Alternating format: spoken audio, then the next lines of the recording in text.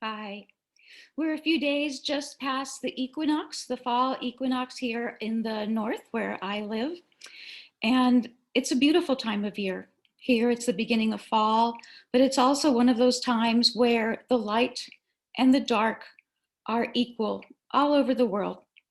So, regardless of where you are, we have an equal amount of time of day and night. And it's a good time to look and see where things are laid out in our life. Are things in balance? We're entering the sign of Libra, the scales. So we look to see if things are in balance in our life. If they're out of balance, we look to see how we can restore them.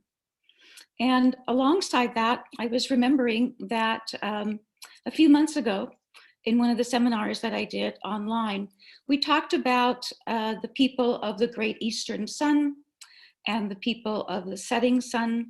And we went over that briefly, but not in great detail. And I got a little bit of mail afterwards asking if at some point I would talk about that a little bit more. And I thought this was a perfect time to do that. So when I talked about that, when I said the people of the great eastern sun, the people of the rising sun, there is the immediate thought that we think of the East or the Far East or the Middle East. And in these terms, we're not really talking about geography. We are talking about an axis, a kind of a polarity that runs through us and runs through the planet and brings both innovation and change. And you know, we've been talking about this for the last year or so already.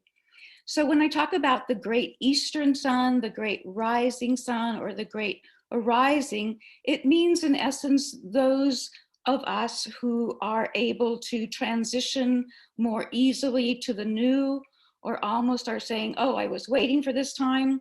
Just now I'm beginning to recognize what it looks like out there. This looks like what I thought it was going to be. Um, it's a it's an acknowledgement that the sun always rises, that when we look to the east in the morning, there will be a sunrise. It's the sun that's always on the horizon. It's the light that we can count on. And beyond that, it also has significance or symbolism where we could say innovation or ideas or able to make change more quickly or anticipating it, resurrection, new beginnings, new inventions, knowledge, wisdom, ideas. So all of that together is the kind of symbolism involved when we say the people of the great eastern sun or the great arising. So what seems like it's the opposite to that, but it's not exactly, is what we call the people of the setting sun, or sometimes we say sundowners. And that's not the same as to say a condition called sundowners. It's not the same as to say people that are old or done or depressed or bipolar. It isn't anything like that.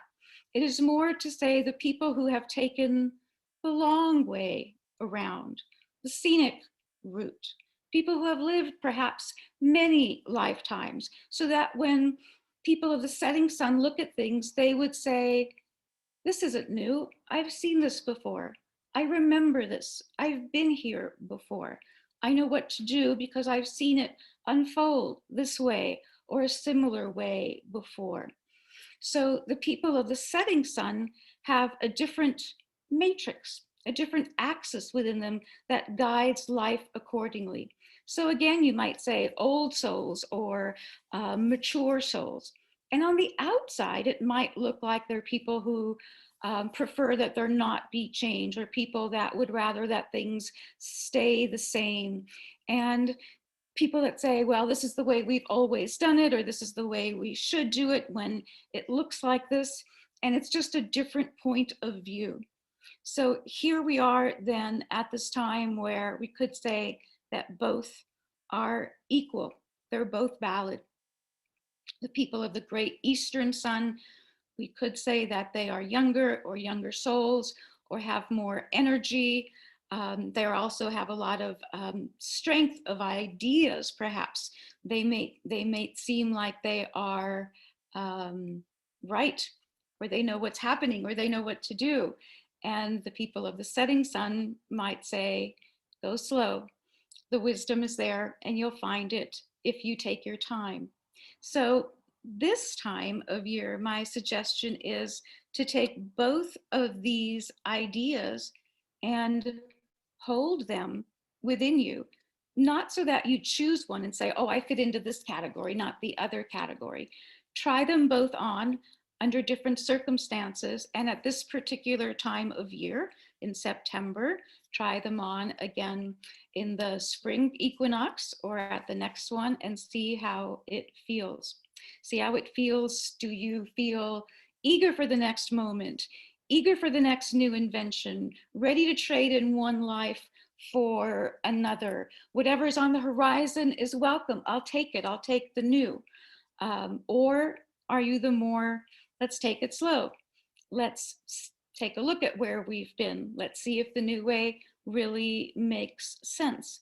Let's see if the new teacher really has something new to say. Let's see if it's knowledge or information or wisdom. Does it fit? And so it's a real good time to take that in, look at the environment within your being, look at the environment outside of you. It's fall, it's a time of learning. I know it's not fall everywhere.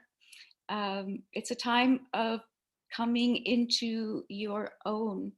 And these are some of the things that we will be talking about these next couple of months and going into next year as well. It's a time of coming into your own. It's a time for the soul's sun rising. It's a time for our own natural wisdom to rise, and we can participate in that. We can watch it rise as observers. We can participate in the light and stand up a little straighter and take part a little bit more, be a little bit more proactive, or we can make other choices. So we'll be talking about that as well.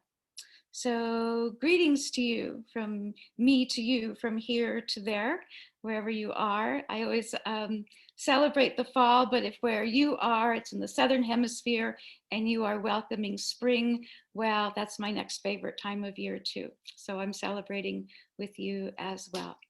And I'll be with you again soon.